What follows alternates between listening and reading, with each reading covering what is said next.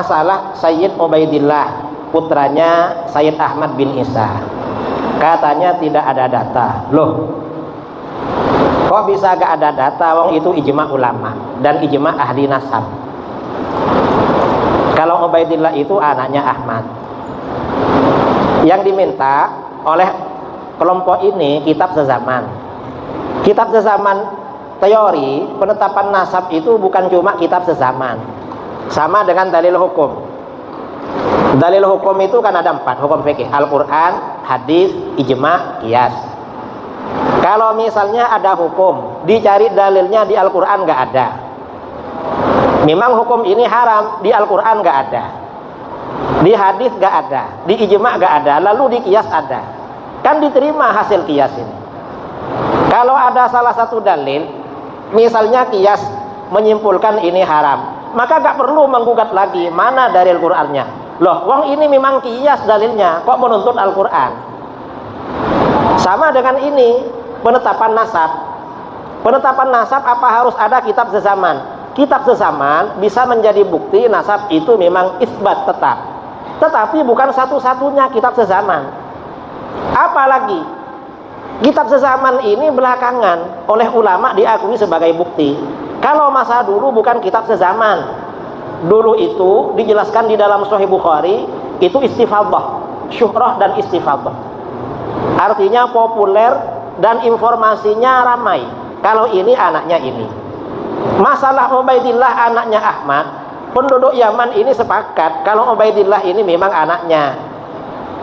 Dari suku-suku lain di Yaman gak ada yang menyaksikan, dan yang tahu mereka kalau Ubaidillah memang anaknya Ahmad. Jadi yang mengakui bahwa Sayyid Ubaidillah ini anaknya Ahmad penduduk Yaman, orang-orang yang ada di situ. Loh, kalau penduduk negeri lain ya memang nggak tahu. Dan itu cukup di dalam penetapan nasab, itu cukup. Coba ya, saya terangkan teori penetapan nasab. Bahwa Rasulullah SAW itu sederhana sebenarnya menerima nasab orang. Ini hadisnya sahih. Ada suami istri orang Arab sama-sama putih kulitnya. Suaminya putih, istrinya putih. Lalu menikah. Setelah lahir anaknya hitam. Akhirnya apa? Suaminya ini lapor sama Rasulullah. Rasulullah, anak saya kok hitam ya? Istri saya melahirkan anak agak hitam. Saya putih, istri saya putih. Gimana itu? Maksudnya gimana? Mungkin bukan anaknya dia gitulah. Gak terima. Akhirnya apa? Oleh Rasulullah diberi tamsil, ditanya, kamu punya onta? Punya Rasulullah. Warnanya apa? Abu-abu. Ada yang warna agak merah? Ada katanya. Loh, kok bisa? Wong yang lain abu-abu, kok itu bisa berwarna merah? Ya mungkin agennya di atasnya ada yang merah. Lalu kata Rasulullah, ya barangkali agennya kamu di atas ada yang hitam, nurun sama anak kamu. Nah ini artinya kan sederhana kan. Rasulullah gak nyuruh tes DNA. Rasulullah gak nyuruh meneliti jangan-jangan istri kamu pernah janjian sama laki-laki lain. Enggak. Ya sudah, barangkali ini memang agen leluhur kamu ada yang hitam. Ini kan sederhana sebenarnya. Ini contoh. Lalu contoh lain ya, ada kaitan dengan nasab. Ada laki perempuan menikah. Setelah laki perempuan ini menikah, menjalani bulan madu, ada seorang budak perempuan tua datang sama laki-laki dan perempuan itu. Lalu dia bilang, kamu kok kawin sama ini? Loh, kenapa? Kalian berdua waktu masih bayi pernah nyusu ke saya dulu. Berarti kan saudara sesusu kan? Pernah menyusu. Loh, ya apa ini? Akhirnya apa? Laki-laki ini konfirmasi pada keluarga istrinya. Pernah enggak istri saya dulu menyusu sama itu? Keluarga istrinya gak ada yang tahu. Lalu dia juga konfirmasi kepada keluarganya sendiri. Abang-abangnya, tantenya, mungkin siapa, pernah saya ini disusukan sama perempuan itu. Gak tahu. Akhirnya apa? Laki-laki ini bilang kepada Rasulullah, Rasulullah, saya ini kawin sama istri saya. Setelah menikah dengan istri saya, tiba-tiba ada seorang perempuan tua datang. Katanya ketika kami masih bayi pernah disusuinya. Setelah kami konfirmasi, gak ada yang tahu Rasulullah. Keluarga saya maupun keluarga istri gak ada yang tahu. Gimana?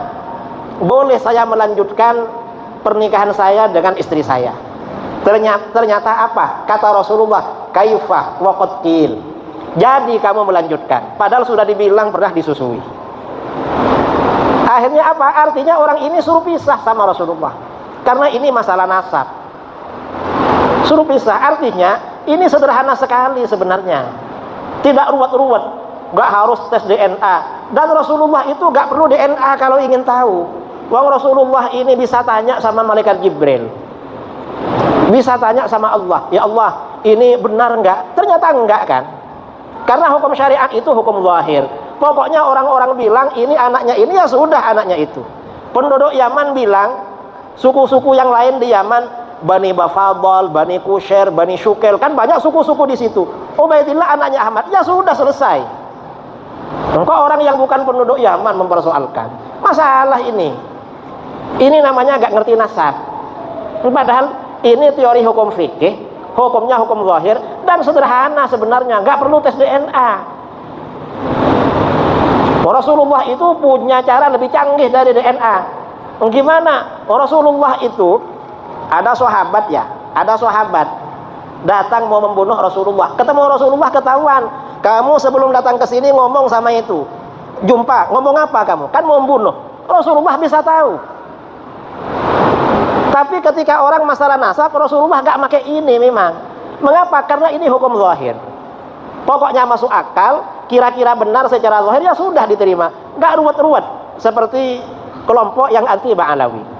Itu kan bikin ruwet persoalan sebenarnya. Sebenarnya tidak seruwet itu, cuma dia bikin ruwet. Dan ternyata nasabnya yang bersangkutan dipalsu. Bapaknya mestinya namanya bukan Utsman, cuma pakai nama Utsman biar lebih keren. Jadi orang menganggap nasabnya orang lain palsu, nasab sendiri sebenarnya yang dibikin gak jelas itu. Jadi ini sebenarnya masalah sederhana, tidak ruwet sebenarnya. Karenanya ketika ulama Mesir ya, Syekh Ali Jum'ah ditanya, gimana nasabnya Sadah Ba'alawi? Loh itu ijma, jangan ditanya katanya. Ya sudah selesai, enggak perlu dipersoalkan sudah. Kita mau meneliti bagaimanapun bertentangan dengan ijma tetap salah. Karena kata para ulama di dalam kitab-kitab akidah, wa ijma'uhum hujjatun qati'atun. Ijma'nya para ulama itu hujjah yang definitif, yang pasti benar, enggak bisa digugat. Jadi ini sebenarnya enggak perlu dibahas masalah nasab ini, karena buang-buang energi, manfaatnya enggak ada. Ya memang ada Habib-habib yang nakal itu sebenarnya ada, tapi yang istiqomah kadang kena juga itu. Kalau mau mengingatkan yang nakal-nakal ya enggak apa-apa memang, tapi jangan dibatalkan nasabnya. Karena nasab dengan kesolehan itu beda. Memang biasa, anaknya kiai kadang nakal, anaknya Habib kadang nakal. Ya nakal ya bilang aja nakal, tapi nasabnya enggak bisa dibatalkan. Wong anak kita kadang bapaknya rajin ke masjid, anaknya gak mau di masjid. Apa mau dibatalkan nasabnya? Kan enggak kan? Sungguh menggelikan ketika melihat ada orang-orang yang dengan lantangnya menuntut kitab sejaman sebagai bukti nasab para habaib. Seakan-akan mereka lebih paham dari para ulama nasab yang telah berabad-abad menekuni bidang ini. Mari kita pakai logika sejenak. Bayangkan, mereka menuntut dokumen dari berabad-abad yang lalu, seolah-olah di zaman dahulu ada mesin fotokopi atau printer yang bisa dengan mudah menduplikasi dan menyimpan dokumen. Bahkan KTP di zaman sekarang saja kan masih bisa hilang, apalagi dokumen yang berusia ratusan tahun.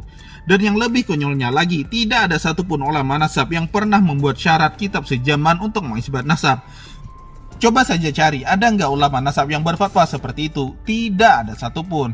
Tapi entah dari mana datangnya, tiba-tiba muncul pakar dadakan yang ada syarat baru. Seakan-akan mereka lebih memahami ilmu nasab dibandingkan para ulama yang telah menghabiskan seumur hidupnya dalam bidang ini.